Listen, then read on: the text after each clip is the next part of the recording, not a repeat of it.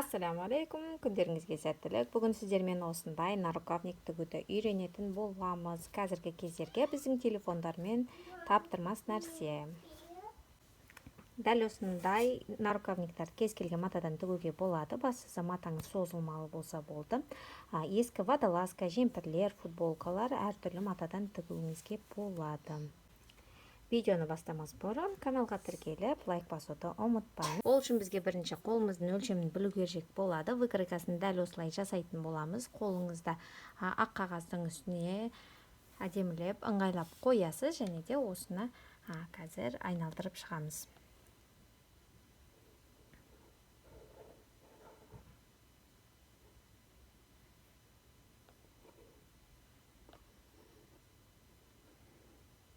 Өзіңіздің қалаған ұзындығыңызға дейін алып келесіз, одан кейін осындай белгі қоясыз. Мінекей, мына жерден тағы да белгі. Яғни бізде выкройкамыздың тоқтайтын жері осы.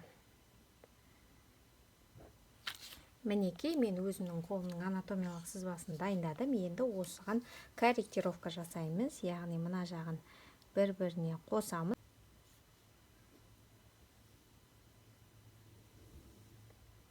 Мінекей, мен примерно барлығын түзеп қойдым. Сіздің де выкройкаңыз примерно осындай болып шығады. Мына жақ шет бізде сгиб, яғни бүгіліп тұрады. Мына жақта біз матамызды қайырып тіккенге орын қалдырамыз. То есть припускымыз мына жерде дәл солай. Мына кішкентай саусаққа біздің бас бармағымызға мен тағы да жарты сантиметр қосамын, себебі саусағыңызды қысып тұратын болады. Мына жерге де примерно 1,5 сантиметрдей қосамыз матамыздың бүгілуіне. Және де тігіске жарты сантиметрден қалдырсақ болады. Трикотаж матасы бізде созылмайтын мата, сол себепті ешқандай қиындықсыз қиып ала берсек болады.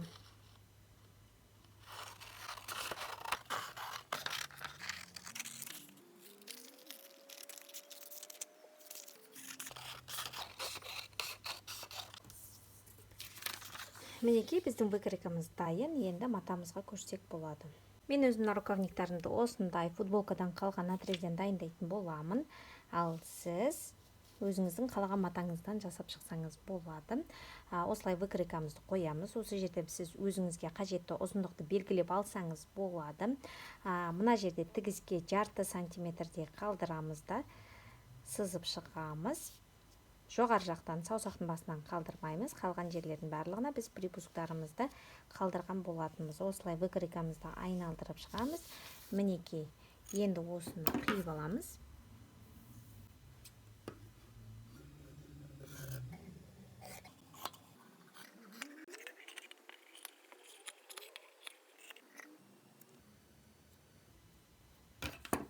Мінекей, менің бір нарукавнигім дайын. Сізге дәл осындай формада тағы да бір лекаланы дайындау керек болады. Енді біз машинкаға көрсек болады.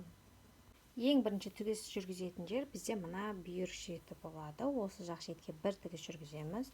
Біз бұны қарапайым машинканың көмегімен тігіп алсақ болады. Одан кейін мына саусақтың тұсын және де мына жерде қайырып аламыз. Сосын барып мына бөлігін тігеміз.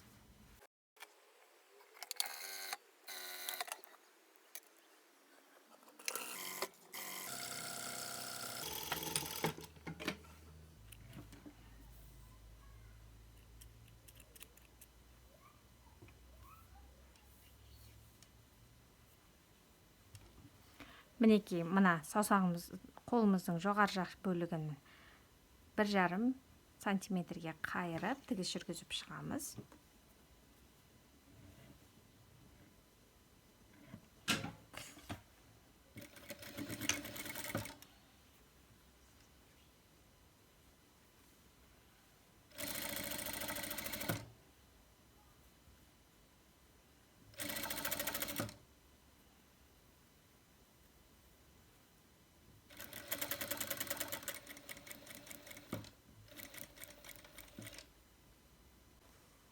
Мына қол жақ бөлігімізді тігіп болғаннан кейін, бас бармағымыздың, саусақтың, оны да 1,5 сантиметрге қалдырған припускымызға байланысты қайырып, тігіс жүргіземіз.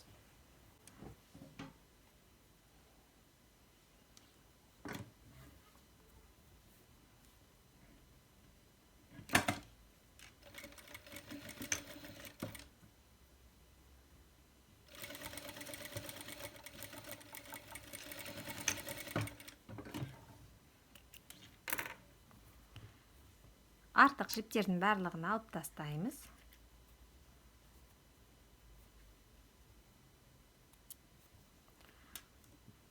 Осы шеттерін обработка жасап болғаннан кейін барып, мына жеріміздегі тігісімізді жүргізсек болады.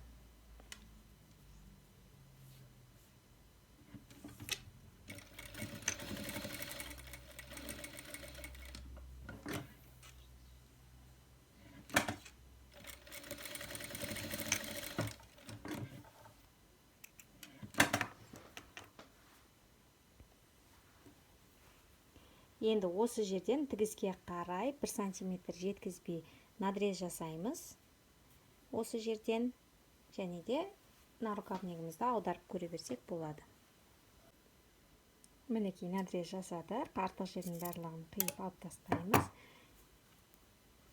Артық жіптің барлығын қиып алып тастаймыз.